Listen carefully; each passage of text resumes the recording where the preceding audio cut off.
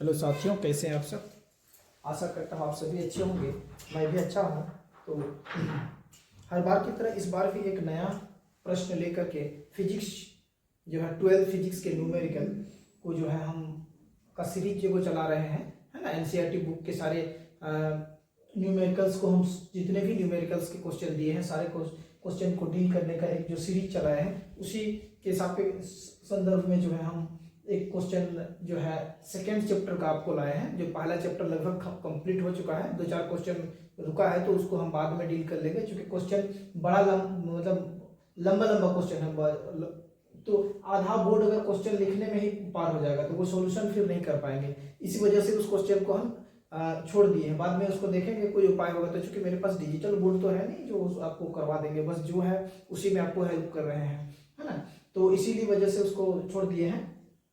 तो ये second chapter जो है हम आपको आज पढ़ाने जा रहे हैं। इस चैप्टर का नाम है स्थिर विद्युत विभव तथा धारिता, है ना। ये चैप्टर का नाम है, आप लोग देख लीजिएगा। उसी का पहला क्वेश्चन है 2.1 स्थिर विद्युत विभव तथा धारिता। चैप्टर का जो है ये पहला क्वेश्चन है। तो चलिए क्वेश्चन को हम लोग देखते हैं। और ये स्थिर विद्युत विभव तथा धारिता ये कहता क्या है, स्थिर विद्युत क्या है और विभव क्या है, धारिता क्या है, ये तमाम चीज को हम एक सेपरेट क्लास बनाएंगे और उसमें हम उसका जो है प्लेलिस्ट भी डाल देंगे और उसमें आप लोग देख करके समझ जाइएगा। फिलहाल यहाँ विभव की बात करते हैं। स्थिर विद्युत विभव। तो स्थिर विद्युत का मतलब है कि विद्युत जो है स्थिर अवस्था में है, वो मूविंग नहीं कर रहा है, मतलब वो जो है धारा में प्रभावित नहीं हो रही है, वो कहीं ना कहीं स्थिर है ना। और विभव को ऐसे मान लीजिए कि विभव मतलब कार्य, है ना। विभव को आप समझ जाइए कि वो एक कार्य को बता रहा है। मतलब कि अगर कोई बिंदु आवेश को किसी विद्युत क्षेत्र में जो है एक अनंत से एक निश्चित निश्चित पॉइंट पर लाने में जो किया गया कार्य होता है उसी को विभव कहते हैं, ऐसे आप समझ जाइए। तो विभव एक तरह से जो है वो कार्य को ही बता रहा है ना। तो इसके विषय में हम बहुत डिटेल और गहराई से क्लास आपका लेंगे, जो बहुत ही अच्छा लगेगा। तो चलिए फिलहाल यहाँ पर क्वेश्चन क्या कह रहा है उसको देखते हैं। क्वेश्चन कह रहा है कि 5 × 10⁻⁸ कूलम तथा 3 × 10⁻⁸ कूलम के दो आवेश है। देखिएगा यहाँ पे +5 × 10⁻⁸ कूलम तथा -3 × 10⁸ कूलम के दो आवेश, एक वो +5 आवेश और एक -5 आवेश है। दो आवेश 16 सेंटीमीटर की दूरी पर स्थित है। दोनों आवेश के बीच की दूरी जो है 16 सेंटीमीटर की स्थित है। दोनों आवेशों को मिलाने वाली रेखा के किस बिंदु पर विद्युत विभव शून्य होगा, वही बता रहा है। यहां पर संतुलन की बात होती है। शून्य का मतलब संतुलन, है ना। अभी हम लोग समझेंगे। तो अनंत दूरी पर विभव शून्य लीजिए। ये क्वेश्चन आपका ये एनसीईआरटी का 2.1 क्वेश्चन ये से आपको दिया गया है। तो उसी को हमने यहाँ पे इसको शॉर्ट आउट किए हैं, डील किए हैं और इसको हम समझाते हैं। तो क्वेश्चन फिर से पढ़िए। 5 × 10⁻⁸ कूलम एगो आवेश है और दूसरा -3 × 10⁻⁸ कूलम दूसरा आवेश है और दोनों के बीच की दूरी 16 सेंटीमीटर पर है। याद रखिए एगो प्लस आवेश है, एगो माइनस आवेश है। तो ये दोनों की जो है कहां पर संतुलन पॉइंट लगता है। तो चलिए इसको हम लोग थोड़ा ड्रॉ करके आपको समझाते हैं। मान लिया यहां पर जो है एक आवेश दिया है और यहां पर एक आवेश दिया है, ठीक है। यहां पर दिया है 5 × 10⁻⁸ कूलम आवेश यहां पर है प्लस में, और यहां पर जो है चूंकि माइनस में 3 × 10⁻⁸ कूलम आवेश यहां पे दिया हुआ है, ठीक है। और इन दोनों के बीच की दूरी जो है 16 सेंटीमीटर है। क्या है, यहां से जो है यहां से यहां तक जो है 16 सेंटीमीटर आपका क्वेश्चन में दिया हुआ है। यहां से यहां तक की बीच की दूरी ये आवेश है ना। ये इसको हम Q1 मानते हैं और इसको जो है Q2 मानते हैं। चलिए ये बोल रहा है, तो बोल रहा है कि इनके बीच में कौन से ऐसे पॉइंट होगा जहां पर दोनों का प्रभाव एक दूसरे को संतुलित कर देता है। यानी एक पॉइंट ऐसे होगा जहां विभव शून्य हो जाएगा, है ना। विभव मतलब कार्य, ये ऐसे कार्य करता है इस पर और ये भी ऐसे कार्य करता है इस पर।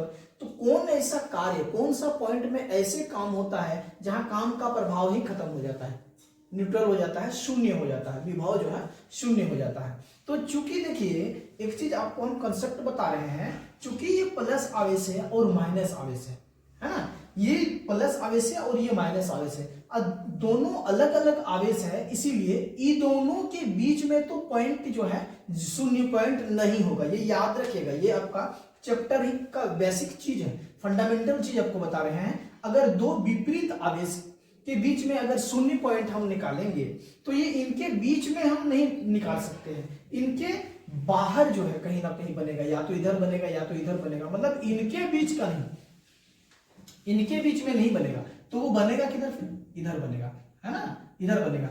ये क्यों इधर बनेगा वो भी आपको समझा रहे हैं।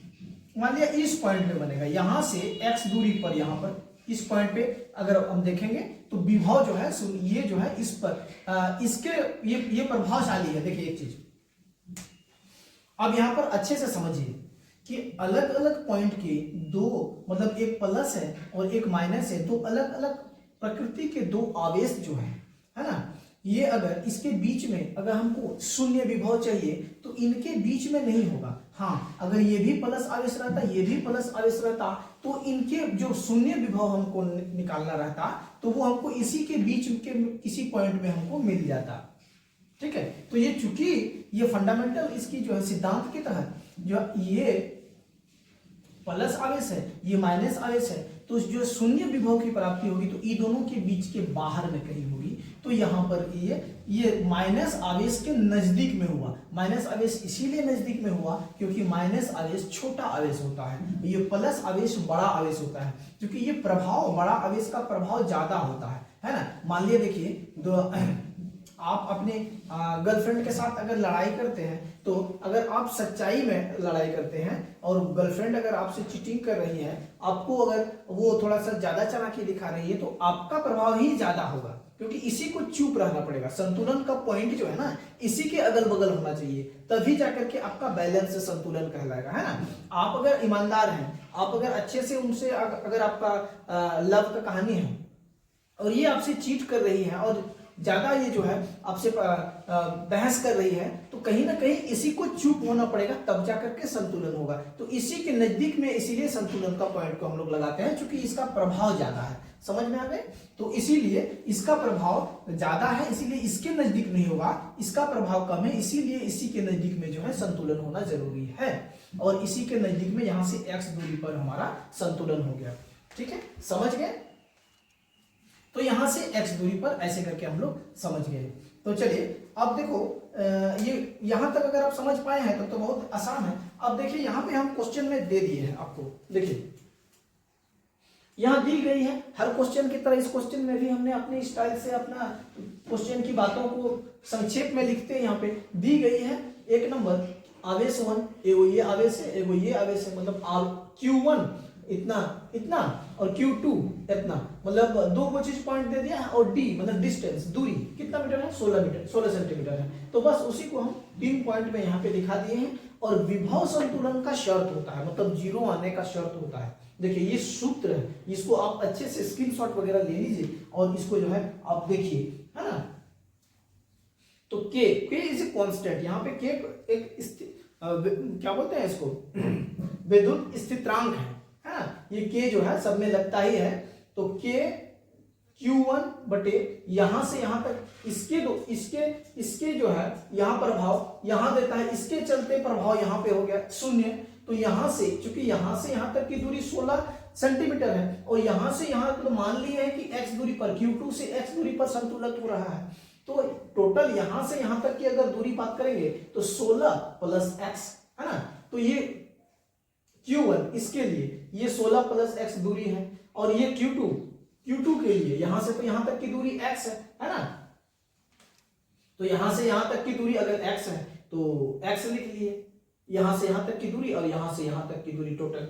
ठीक है, आप समझ गए, इसी को कैलकुलेशन कर दिया है। तो देखिए यहाँ पे 10 to the power -8 10 to the power -8 cancel हो गया, इधर का के दोनों कैंसिल हो गया। तो बच गया क्या, ये बच गया 5 बटे 16 प्लस x बराबर 3 बटे x। इसी को क्रॉस मल्टीप्लिकेशन कर दिए हैं तो इधर आ गया, ये तो सबको जानते हैं, ये बच्चा वाला खेल है। तो x बराबर 24 आ गया।